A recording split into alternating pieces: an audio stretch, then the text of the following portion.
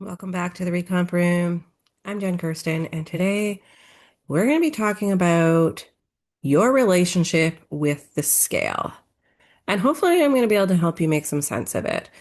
And this isn't about whether you should use one or not. I actually use the scale with my clients, especially when we need to be collecting data. But I also know a lot of women have a very screwed up relationship with the scale, and men too, but primarily women. And I want you to understand a little bit more about where that number actually came from, because I'm going to guess there's a lot of you listening to this that have been chasing a number that you didn't even know was yours to keep or not. So let's get into it. You wake up in the morning, you step on the scale first thing, and whatever it says is how your day is going to go.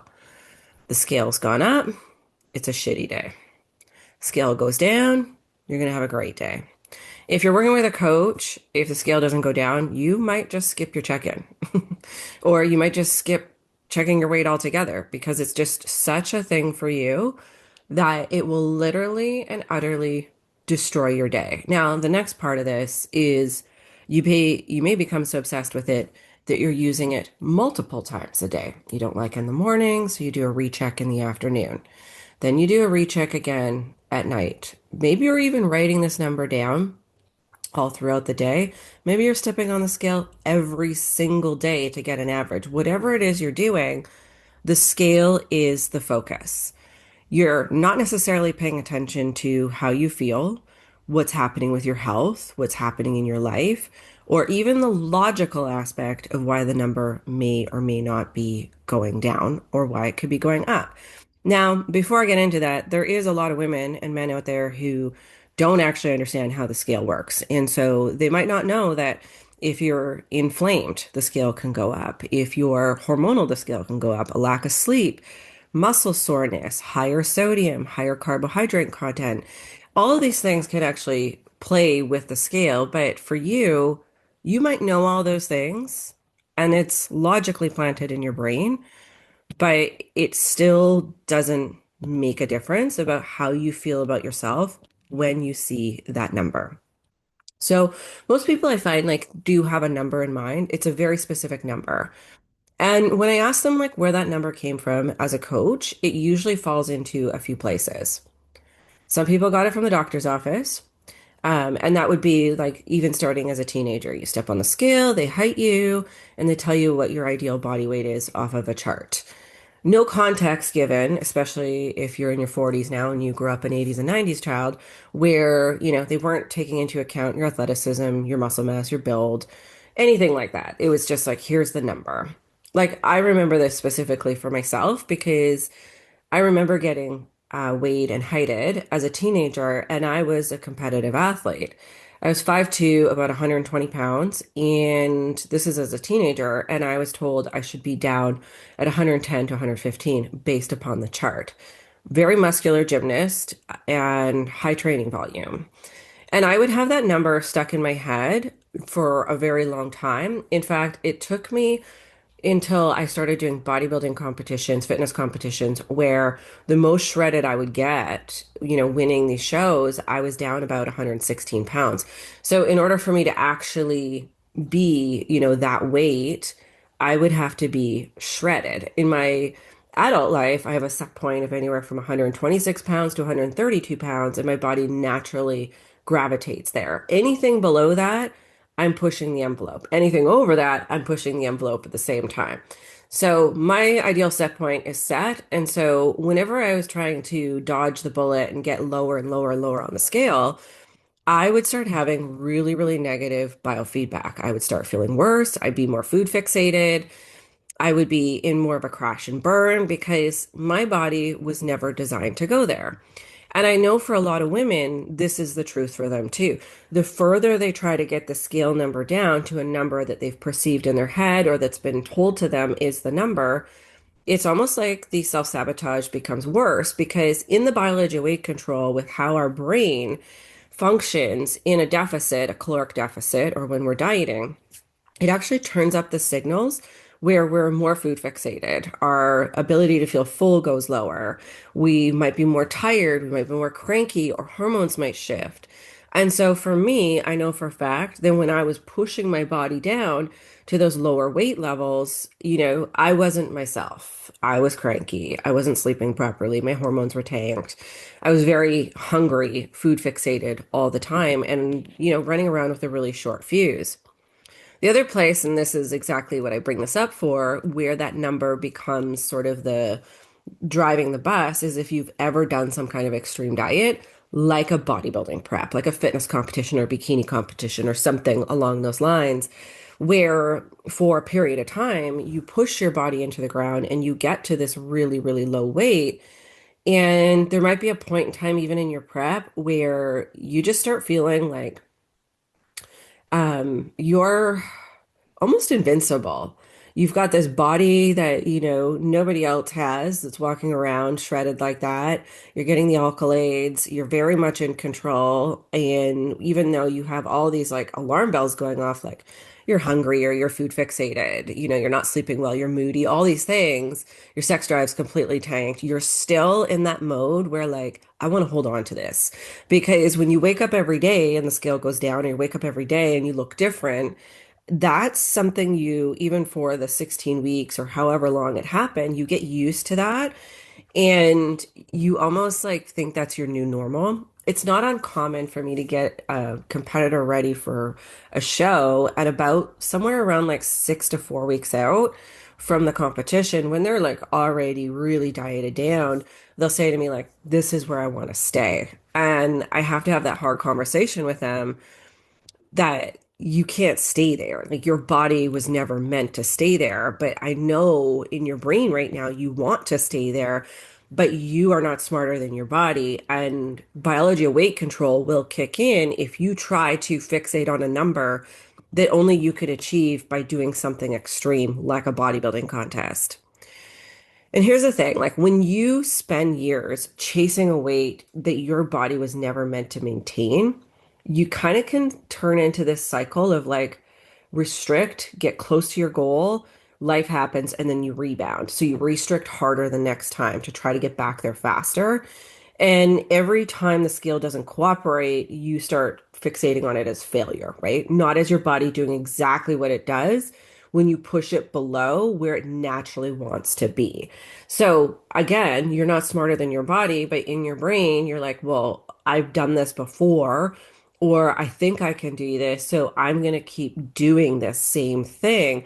And then you end up in this cycle where if you are a competitor, you literally use these competitions as like a goalpost, and then you rebound again, and then you start again, or you rebound again, you start again, or you have these off seasons, which is the time in between shows where you're just so fixated on staying a certain body weight and a body fat percentage that you don't even have a proper off season. It's just all about the scale. So then you look forward to your next show, and you might even convince yourself like, hey, this next time it's going to be different. I'm not going to gain the weight back again. The problem with that is it is kind of like a rubber band. The more times you pull it back and then it retracts and you overshoot, that band becomes weaker and weaker and weaker. And so the women I see who have this like metabolic adaptation or damage that's really hard to move away from are in that perpetual cycle of like chasing the stage because it's a almost like a body weight goal at the same time. I want you to understand, like, if your body is doing this, it's not something broken within you. It's a broken system in the sense that, your brain is going to fixate on what it needs for survival. And as a female, reproductive hormones are a part of survival. So every time that you push your body down lower and lower in body fat, you're literally turning those signals up higher. So let's like talk about why this gets so loaded because most people aren't walking around thinking that the scale determines their worth. Like it's not something maybe you're consciously aware you're doing because it doesn't feel like that. It might even feel for you like it's about progress, and it might even be rewarded a bit in your social circle, especially if you are surrounded by people who are very much fixated on the external, very fixated on the scale, always talking about the diet they're on, always talking about the amount of weight that they lost, always entering the room waiting for someone to congratulate them on their weight loss. It kind of becomes this normal zone where everybody's doing it, and you might even be consciously aware that you're having these really strange conversations with other women constantly about your body and your weight. And then maybe this podcast here will like have you wake up and be like, "Oh my gosh, like I actually do that all the fucking time and I don't even think about it." So, watch what happens when the number goes up next time. I want you to just do that with yourself because it's not just disappointment, it's like this whole story you start telling yourself of like you're losing it. You have no control. I'm never going to get there. Like what's wrong with me? That's not you processing data. That's you actually identifying, like your identity is wrapped up in that number. And like I said before, it usually started way before the scale was even in the picture. There was a period probably where the number going down meant something significant for you. It meant validation. It could have even been a relationship with somebody who was fixated on how you looked. And maybe you went through a breakup and you lost a bunch of weight. And like suddenly that ex is far more interested in you. That sounds kind of cliche, but it's true. And at that time, if you got any validation with it, it meant you were doing something right. And those people noticing you for it praised you for it. It could be a parent, it could be a partner, it could be a girlfriend, it could be anything. And your brain made the connection between that number and being good as a human being, like being in control, being the person you wanted to be. So now when the number moves, it's no longer just a data point, it's somehow evidence of who you are. And there's no amount of logical information that's going to change that in the moment because logic doesn't touch identity issues. That's why you can know like all the things. I can tell you all the things about sodium, water retention, inflammation, and you can still spiral over 1/2 pound. Like it doesn't matter when the number isn't actually measuring your weight anymore, it's measuring your self-worth. And you can't fix a self-worth problem by getting a better reading at a scale. So here's the pattern that creates this in real life and see if you recognize yourself in it.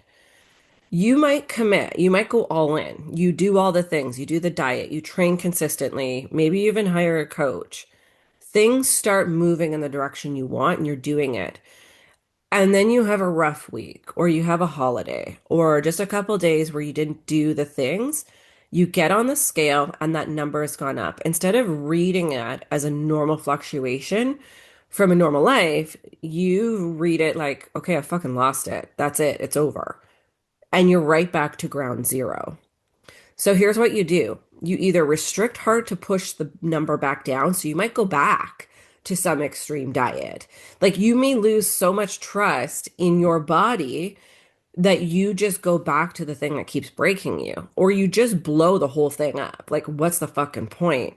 And you put your head down in the candy jar or something, and you just go all in the opposite direction. And either way, you've just torched a week or a month of real progress because the scale moved 2 pounds after, say, like a pasta dinner and a bad sleep.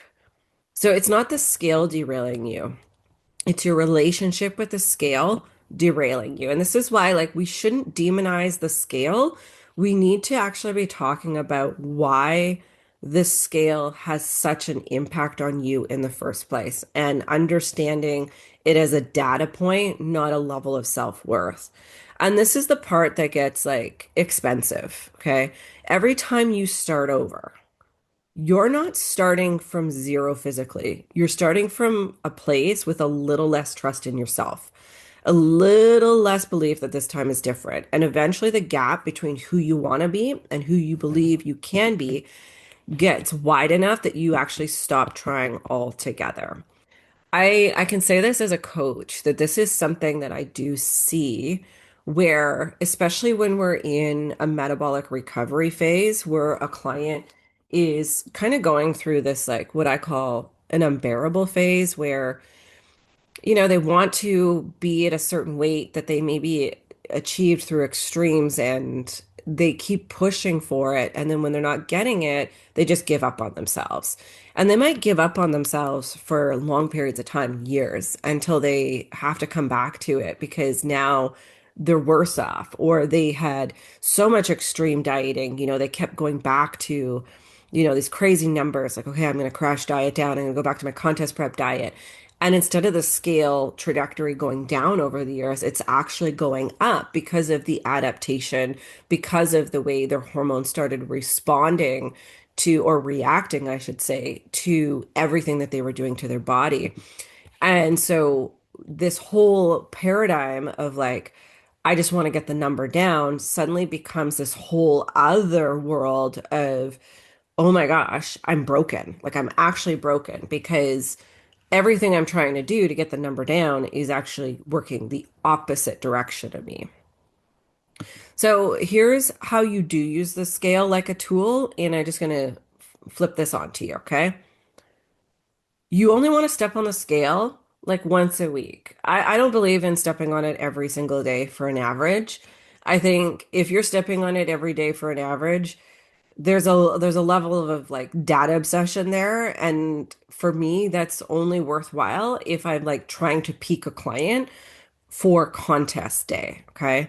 So once a week, in my opinion as a coach, is plenty. Every single time it's the same conditions. First thing in the morning, no clothes on, after the bathroom, one and done. You log the number like it's just a number, and then you actually look at what you had going on in your life throughout that week. Were your carbohydrates a little higher? Was your inflammation higher? Was your sleep sound, or were you, having a lot of broken sleep throughout the night? Do you have a lot of inflammation in your body? Are you near your hormonal cycle? Did you just go out and have a meal out with high sodium and high carbs or something? And so if that number is up, you need to start applying some logic to it. On the flip side, too, if the number's gone down, you can actually give yourself like some of that same biofeedback. Like, what were the things that I did that really were positive this week that probably helped that number go down? You can expect it to move around, and that's the thing. Like after a heavy training session, a higher sodium day, the week before your period, like that's your body doing what your body's supposed to do. You don't need to react to it. It's all normal.